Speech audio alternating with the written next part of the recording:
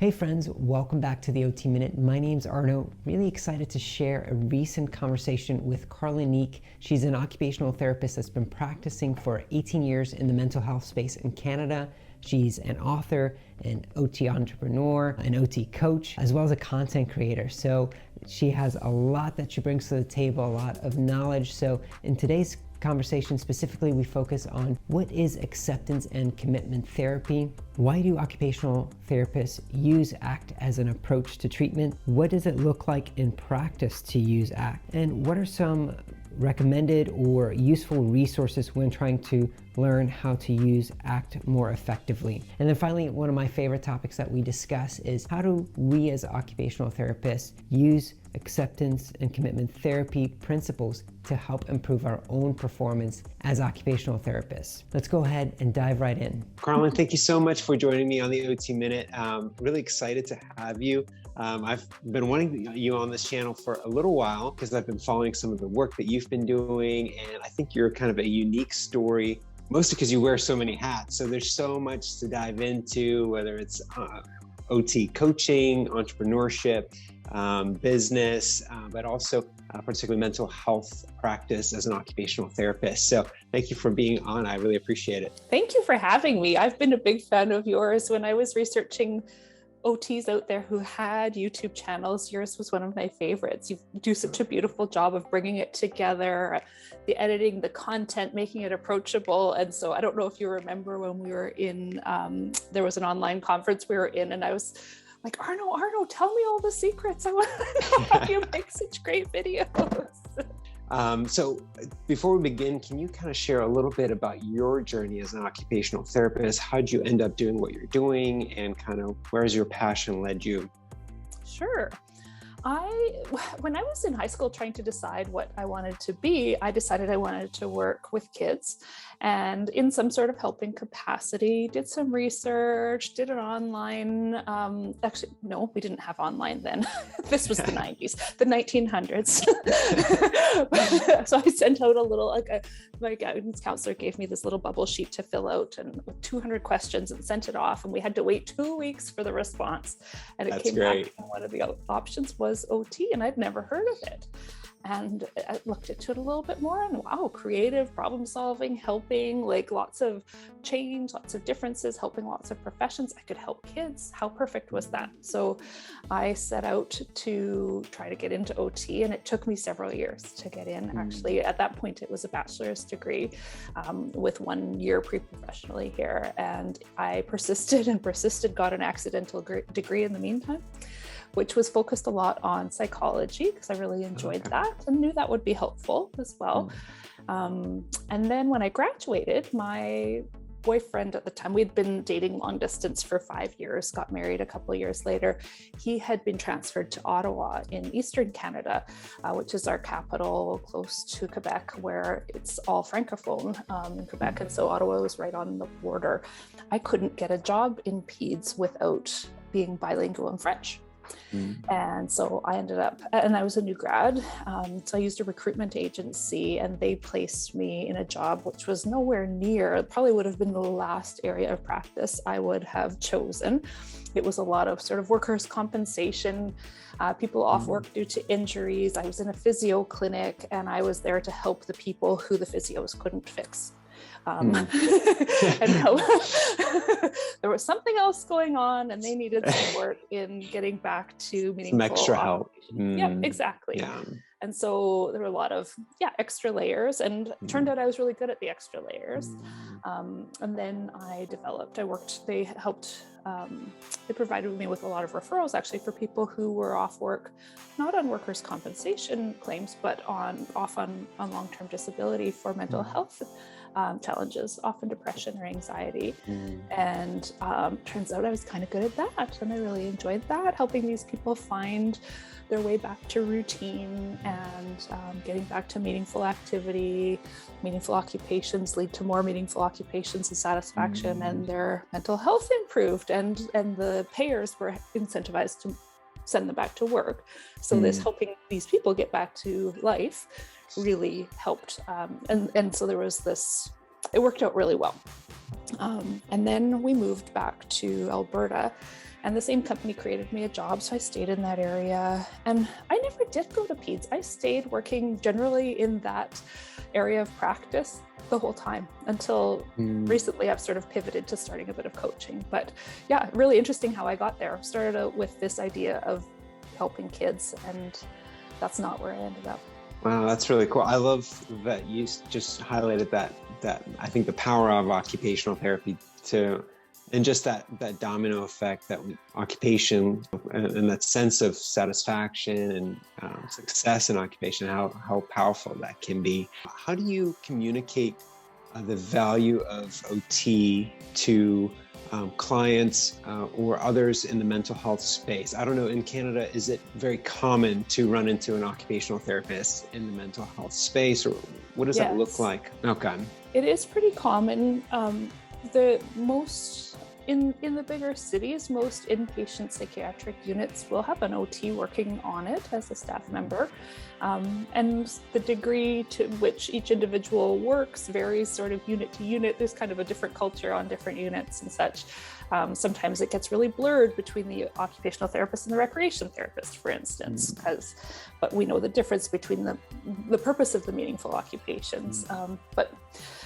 So that can be a little bit different, but I feel like I graduated in 2003. I'm old.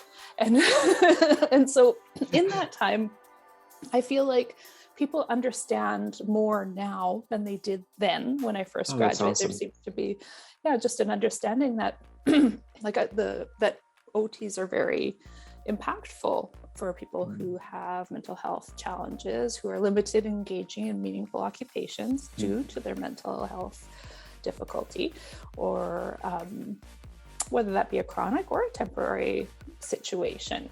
And so even the referral sources who tend to pay to send people, so the people that I've often worked with who are off work and being compensated in their medical leave for their time off, the payer wants to support them in improving function so they can go back to work. And so quite often they'll let it run its course with medication, maybe send them to a psychologist. And when those things haven't turned into resumption of meaningful activity, they send them to me. And sometimes they skip all of that and send them to me anyways. And so it's neat because they just know that it's needed. I'm not having to explain it. It's just known. The client often wonders, why on earth am I being sent to an occupational therapist? And so it's easy for me to explain that, that I basically say that, when people are having difficulty participating in things that are important to them, I help them figure out what it is that they want to or need to be doing, and help them find a way back to where they'd like to be, and start with little baby steps and make it really manageable, figure out what's getting in the way, and help them move forward step by step, and ultimately using that meaningful activity as the therapy. And they all get quite excited about that. It seems like you're coming from a really good top-down approach, really starting with occupation. So from what I've seen online, you are trained to incorporate ACT, or acceptance and commitment therapy, as an approach to, or a tool in your tool belt when it comes to treating clients. Can you tell us a little bit, what is ACT and how do you use it as an occupational therapist? Sure. So ACT is a part of a third wave of cognitive and behavioral therapies that is more rooted in, and a lot of them are more rooted in mindfulness and behavior, and less about changing thinking directly. Cognitive behavioral therapy, quite often we're working on the thoughts and the actions, the thoughts and the behaviors to try and impact how a person feels. And in ACT, we're sort of saying, well, let's work on the behaviors, meaningful activity. Let's help you re-engage in meaningful activity, and we'll cope with the thinking and feeling obstacles with a lot of mindfulness-based strategies. And so ultimately, the whole goal is to help people resume meaningful activities, values-oriented. They call them values-aligned behavior or something like that. We know that as meaningful occupation. And so it's really, really OT aligned. I remember before I learned about ACT, quite often I would be working with a client, maybe they had a psychologist, and we'd be talking about okay, so you really loved going to book club, and what's getting in the way of going to book club now? Oh, well, everyone's going to think I'm an idiot. I can't remember anything. I can't be around people. So, and so what can we do to make that a little bit more manageable? I try to break it down, find a way. And sometimes when the thinking was in the way of the doing, which I know the doing is going to help the thinking, but sometimes when the thinking was so strong, the beliefs about judgments or sort of those negative thoughts that come naturally when you have depression or anxiety, when those thoughts were really challenging, I wasn't very fond of my CBT toolkit. Often it felt invalidating because, of course, this is scary. This is a big social situation. The person's been home for a year quite often at this point, and it would be weird if they weren't having negative thoughts about it. It would be weird if they were like, yay, let's get back to it. I'm going to be great, and everybody's going to be so happy to see me, and it's going to be wonderful, and I'll have intelligent things to say. That would actually be strange. And so I always felt it was a bit invalidating to try and get them to reframe these natural human thoughts, where ACT kind of instead says, okay, yeah, you can notice yourself having that thought, and you can be aware of yourself having that thought, and you can be aware that your mind's going to tell you these things. And our minds do this. Our minds are looking for danger all the time. And so it just sort of validates instead of convinces you that you're having distorted thinking. And then we spend less effort trying to change the natural thought pattern and refocus on the behavior. So go, oh yeah, okay, yeah, I hear my mind. There's George telling me again that I'm going to be a disaster. And I'm going to go to the book club. And I'm going to say, hey guys, I didn't read the book, but I'm super excited to be here, and see if I can participate in the conversation a little bit. Maybe I'll bring a great appetizer, but find a way to make a step in that direction. And you don't have to change the thoughts first, because a lot of people get stuck trying to change that thought. There's a couple of things that you mentioned that I really thought were interesting, and some of it actually goes to some of the content on your channel, which is Carlyn Neek. You have really good video about kind of the dangers of positive thinking, or I think you called it the shadow side of positive thinking, and how that can sometimes negate somebody's feelings. And so this is really an interesting alternative to that, to kind of accept that that feeling, but then move towards action. What does that conversation sometimes look like when a client is stuck in their head? I tend to approach it first validation. We know therapeutically that the biggest impact we can have is the relationship. The relationship tends to have more impact than any intervention we can provide. So I don't want to go in and tell this person and label their thinking as negative. I want to go in and kind of go, oh yeah, so and just listen and actively listen and empathize and show them caring and validate that, yeah, I can see how this would feel really crummy. You've lost contact with a lot of people, and now here you are here you are in the hospital, and you're feeling sick, and you're feeling kind of yucky about that stuff, and not putting words in their head, in their mouths, but kind of rephrasing what they're telling you, and so that they're apt to listen. Because they're tired probably at that point of perhaps their doctor, their spouse, their sister, their father, I don't know, telling them, you need to get off your lazy butt and go do some stuff, or else something's going to happen, and here something happened, right? So I would tend to approach that with a lot of compassion, and see if I could maybe elicit some self-compassion from them. There's a lot of evidence about self-compassion having a really big impact on how people see themselves and then treat themselves. And they can even make healthier choices if they are treating themselves with compassion rather than shame and punishment for their actions.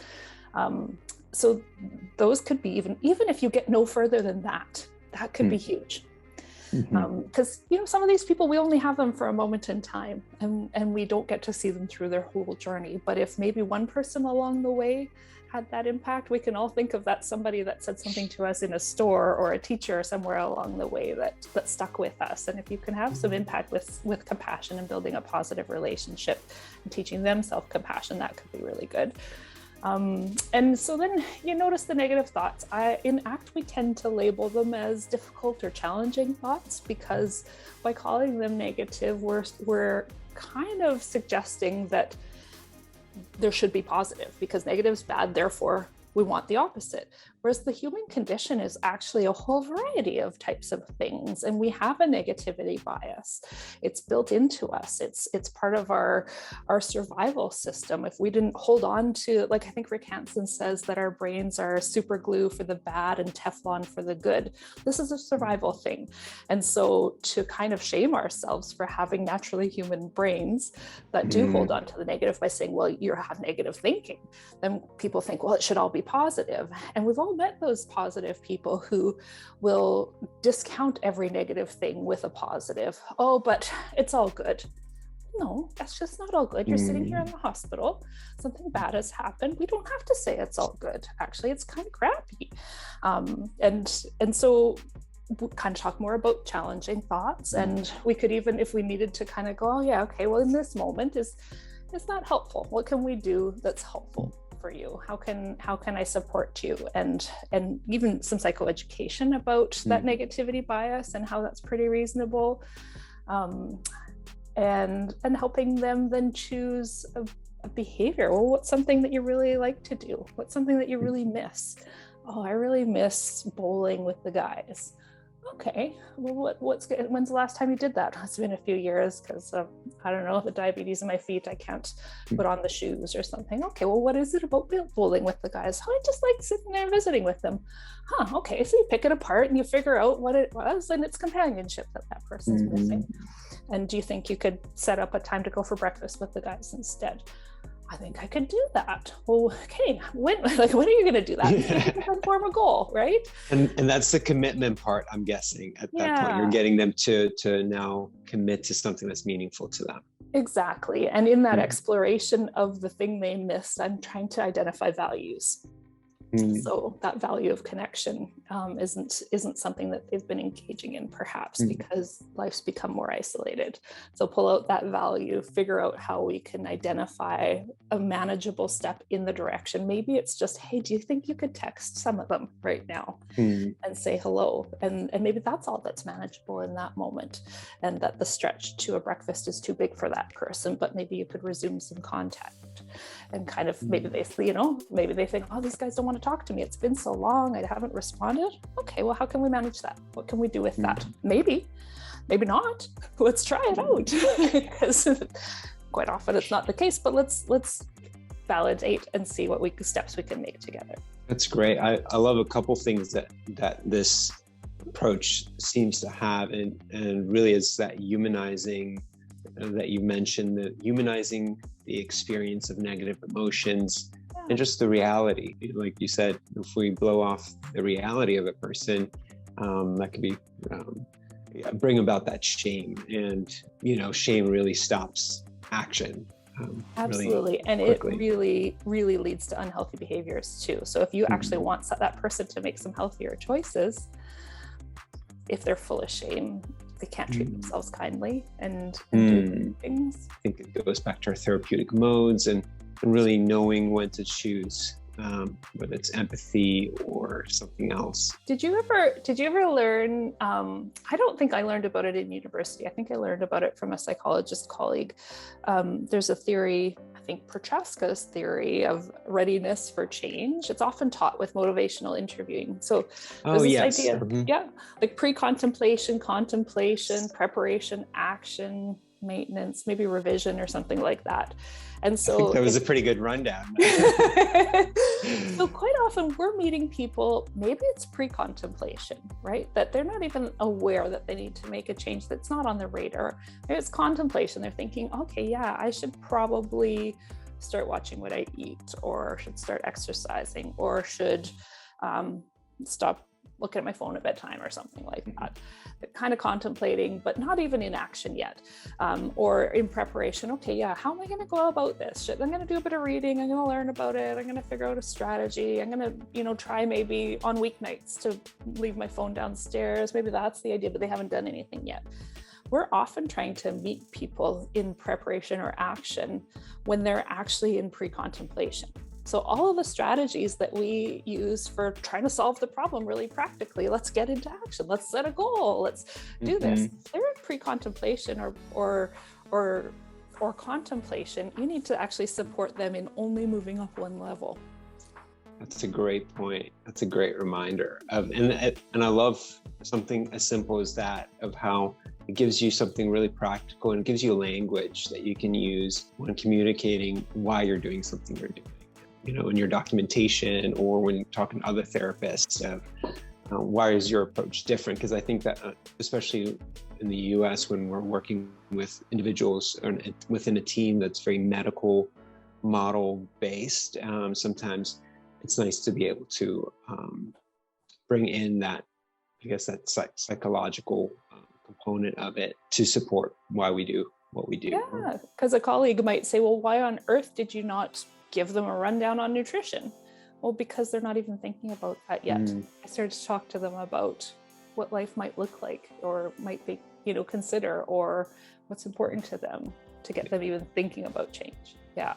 And if you've got something behind you to validate that, because you could look to other team members who don't understand as not having done what they expected you to do. The other thing that you mentioned was just moving away from the negative thinking language. And I think it also changes how I perceive their emotions, and I think that's a good reminder for me not to judge their emotions as negative. Truly, it is negative. Like, it's okay to call it that, but there's this intentional shift in ACT where I don't talk about it. I might chart it, but I don't necessarily talk to the client in negative or positive. Kind of talk in, okay, yeah, these challenging feelings come up. Okay. Just because they're challenging doesn't mean we have to change them. A negative one, you feel like you have to change. Yeah, so it's a shift. Interesting. I like that. Now, for therapists who are thinking about maybe getting a certification in ACT or trying to gain more knowledge about how to incorporate that, do you know of any good resources or anything that might be helpful for practitioners? Absolutely. ACT is a really open and accessible approach. So they don't actually require that you certify. There's some great training out there. I did my training with Russ Harris online. He's out of Australia. He's actually a family physician who has really jumped into teaching ACT. And in that way too, it's not so, oh, well, you're not a psychologist, so what are you doing? It's there are coaches, there are OTs, social workers, psychologists, like all kinds of people who are interested in ACT, physiotherapists, that are all learning. So, and it's quite manageable to do these modules online. Stephen Hayes, he's one of the guys who came up with ACT. He provides some training as well. I haven't done any of them. I find when I read Russ Harris's material and I read Stephen Hayes' material, Stephen Hayes speaks at a really high academic level, which is fascinating, but it usually takes me a few runs through it to kind of go, okay, now I know what you're talking about, but I totally understand ACT. And so if I'm having trouble, so as a newbie, I often refer people to the Russ Harris stuff. I actually teach other occupational therapists ACT experientially.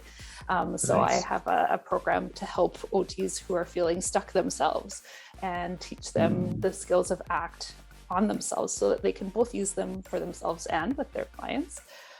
There's some really great books too. For the clients, I most often recommend The Happiness Trap or The Confidence Gap. Those are both Russ Harris books. Stephen Hayes has a really cool workbook called Get Out of Your Mind and Into Your Life. I love the title. I don't find I use the content of it that much, but I have it. I think it's got some great examples and things in it. And from more of a textbook kind of perspective, Stephen Hayes has a great book called A Liberated Mind, and Russ Harris has a great book called ACT Made Simple. And both of them teach you very thoroughly all the way through ACT. That's great. And you mentioned that you have a resource if somebody wants to follow up on that. Where can they find that? So balanceworks.online is the website where I have a lot of the things that I offer, other things sort of outside of my OT practice, things that I'm offering to other therapists and such. One of them is a program to support other occupational therapists. You'll see that on there. I have a planner. There's also a free download that you're welcome to put the link below. It's activatevitality.online/guide. And so it's 9 pages of some useful ACT resources that people can use to support themselves, to support their clients. That's awesome. That was a pretty significant rundown of resources. So I'll be sure to check some of those out myself. Even if we're not a mental health practitioner, there's such richness in being trained to support the mental health of patients who are stuck in their occupations. And so this is definitely a personal goal for me. And I think for many, students who are watching and new practitioners, I think there is such great wisdom in just kind of these types of approaches, adding these to our tool belts. So thank you for sharing a little bit about ACTS. I do want to turn the page a little bit and talk about one of your biggest passions, which is really supporting visionary OTs from being stuck and fearful and avoiding and being in that overthinking cycle to taking steps towards progress. In your experience, what are some of the common fears or patterns of overthinking that OTs tend to get stuck in, and how can they maybe take some steps to get out of that rut? I meet a lot of OTs who are feeling burnt out. Maybe they're in a setting where they're not feeling like they're being used to their full potential, or maybe there are systems in place that aren't supporting them in their full scope of practice. Caseload's too high, that sort of thing. And we as OTs are natural problem solvers, so we always see a better way, right? And it's really hard to work under a system or a way that isn't effective when we can see a better way. And so there's a lot of move toward entrepreneurship in the OT community, whether that's a private practice or something different, offering a product or some sort of consulting service. Or I meet a lot of OTs too who are sort of in that late phase of their career, and they'd like to create something fun and exciting for their last kind of few years of working, or something that creates a bit of income into their retirement and keeps them occupationally engaged. But as OTs, we often are filled with self-doubt because, well, I think it's kind of built in because nobody understands what we do, and we're constantly having to explain what we do. So that creates a little bit of a sense of, I know I'm important, but how am I going to sell that this is important for other people, because nobody else even gets it? And so if I'm the business owner and trying to do this, that can create a lot of natural doubt that's just built into how we fit in the world as OTs.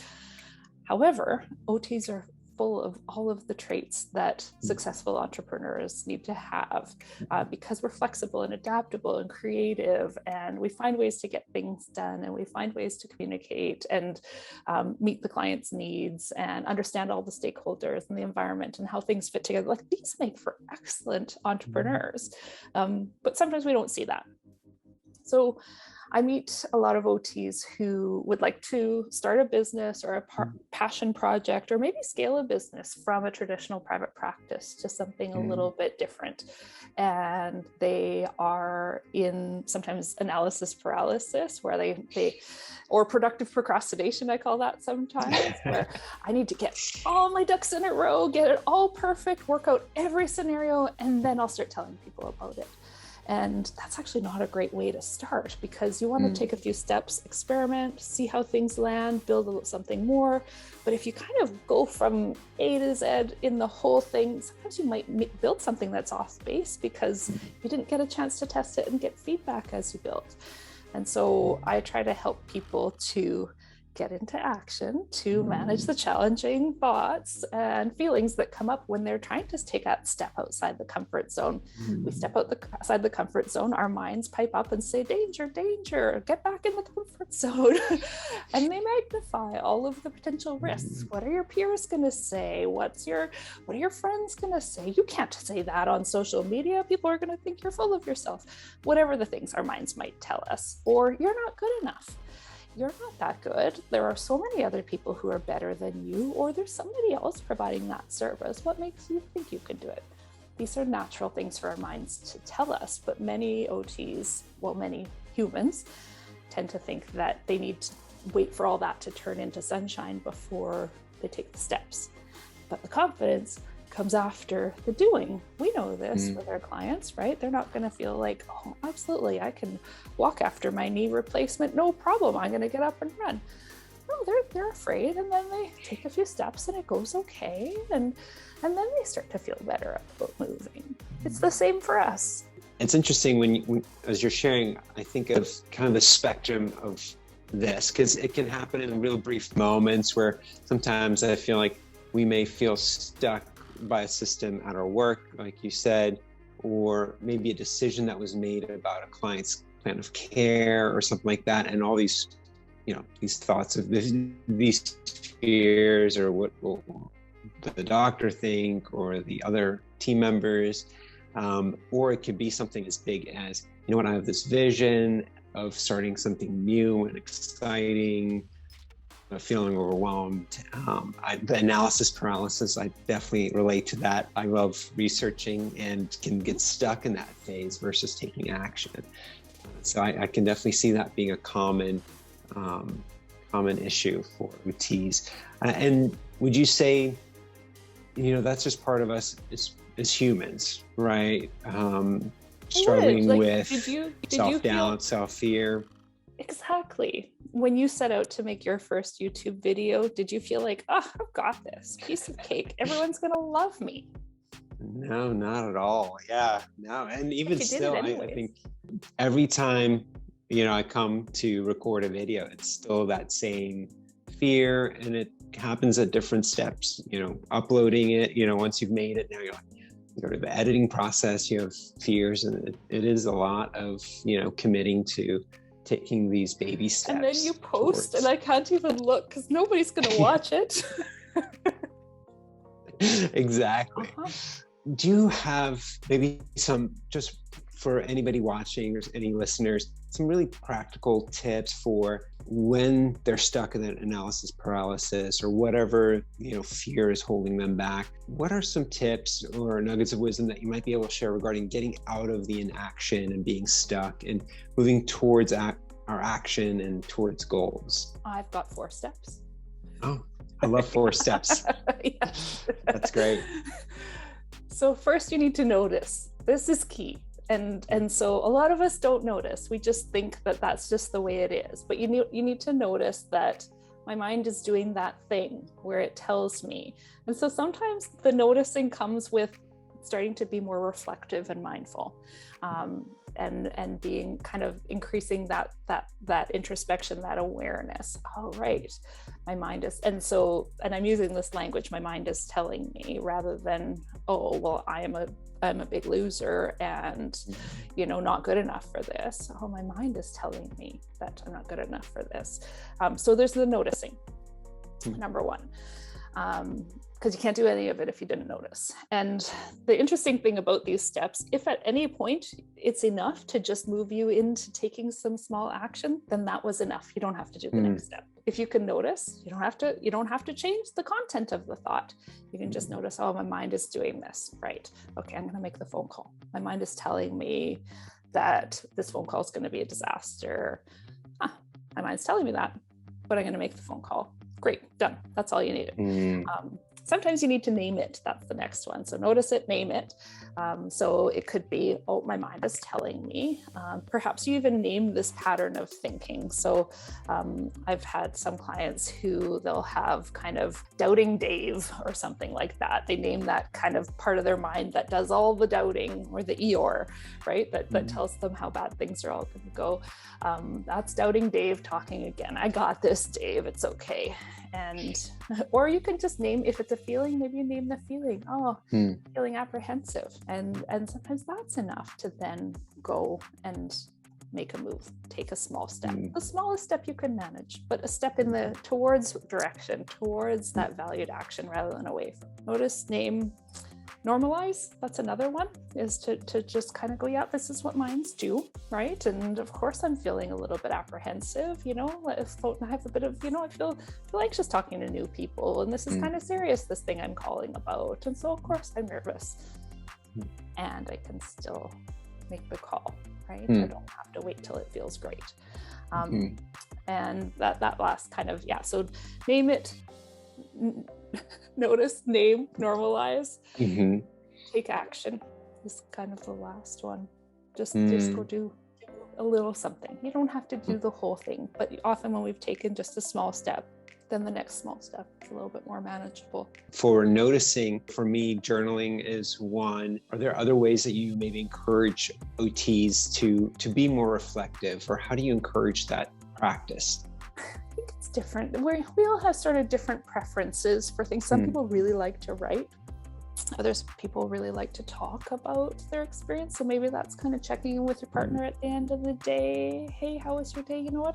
This and this was good, but I was feeling really crummy about this. And maybe just being able to then express it. And we know that when we bring language to emotion, it sort of helps us manage in this pretty functional place of keeping it in balance. Whereas we often tend to go, wow, high emotion, I got to go all to logic. But if we can stay with bringing some language to the feelings and sit with the feeling and explore it and explain it, we're integrating that a lot better. We're coping better rather than going from one extreme to the other. So talking or journaling does that. Some people like to meditate or do a mindfulness meditation. I like to practice mindfulness in a really kind of practical way, where just noticing your environment through your senses, noticing what you're experiencing internally. Walking in nature is always a beautiful way. I often teach clients walking in nature. Okay, let's just notice through our senses. Oh, did you hear that bird? We stop and listen for the bird. Oh, it's gone over there. We can hear another bird calling back. If we're busy in the hustle bustle, we don't notice that. Notice the smells, notice the sounds, notice the feel of the wind, stop and touch a tree, that sort of thing. We don't lick the trees generally though. So I don't know how I don't know how the maple syrup is in Canada, but it's just dripping off all the trees. It's just everywhere. Yeah. So there's that kind of practicing mindfulness in non-threatening situations it's easier than to bring that out in stressful situations. That's a bit of a grounding tool. I made a planner that really helps people with that reflection and integration process. So I get people in this paper planner to it's for sale on Amazon, by the way. But I get absolutely. That's great. To kind of explore how their day-to-day activities are impacting them. So it's not just about planning ahead, but it's about reflecting at the end of the day or the end of the week. Oh, you know what? I put lots of like smiley circles around every time I was outdoors. I think nature is really important to me. How am I going to plan more nature into my week next week? Or every time I had to do this, I lost energy for the rest of the day. Well, what was it about that? And how can I adjust that? So there's this reflection back and planning forward so that we're integrating this awareness into how we're living our life day to day, creating more awareness of our values, creating more awareness of how our occupations are impacting us, and having more choice about it and intention, rather than sort of going about feeling like we're not in charge of our day or our state or how we're experiencing our lives. I think that's great, especially in this hustle and bustle world that we live in with a lot of demands, whether it's personal or social or work related. Even just that small reminder to reflect is so great. And like you said, can sometimes be enough to take action at that point. I think the naming it is so practical, and it's just a great way to externalize that thought, and then also, if you want to have fun with it or kind of put it in its place, you can name it whatever you want. I think that's so creative. It's really helpful too, because it's kind of novel to a lot of people. They're used to kind of like a lot of the clients and the therapists, right? They're kind of used to, oh, well, I should think positive and I should and yeah, I should drink more water and I should get to sleep on time and I should, and look at all the things I should do. And so this is a little bit more fresh. And okay, it's not entirely different from the other ways, but there's some new language to it where people can kind of hear you a little bit differently. And so pretty soon it won't be that new, right? More people will know, but that would be a good thing too. Yeah, absolutely. And how freeing that is. Thank you so much. I appreciate you sharing all those things. I do know you mentioned a planner. Are there any other resources, or can you expand on that resource as far as for maybe some OTs who have some vision, some actions that they want to take, and they want to be more intentional about those? Can you share a little bit about some of those resources? Absolutely. I try to help people at whatever level they can access help, or can afford, or can commit the time to. And so I put free stuff out on my YouTube channel. There's that free download with the Vitality Planner. So that's the activatevitality.online/guide. That's a free download. When you download it, it will then prompt you to, if you wanted to attend a webinar that expands on this concept a little bit more, that's free as well. And people who really want to work with me and find community and other OTs who can support them on this journey, where they're kind of like, okay, this is enough. I need to learn some skills and get into action, but I need support because I can't do it alone. I have a program for that. So I just welcome people reaching out and talking to me, and I'd be happy to provide that support, or see if it's a fit. If it's not, then I could suggest somebody else. The planner is available on Amazon. It doesn't really fit into this kind of domino effect with the others. It's actually the workbook for the program. So it's something I always wanted to do as a separate. Then I decided to make a program, but then I decided the planner was useful, and Amazon's a really easy way to self-publish something. So people can access that online, and sometimes people will get the planner and they go, wow, this is great, I'd like more.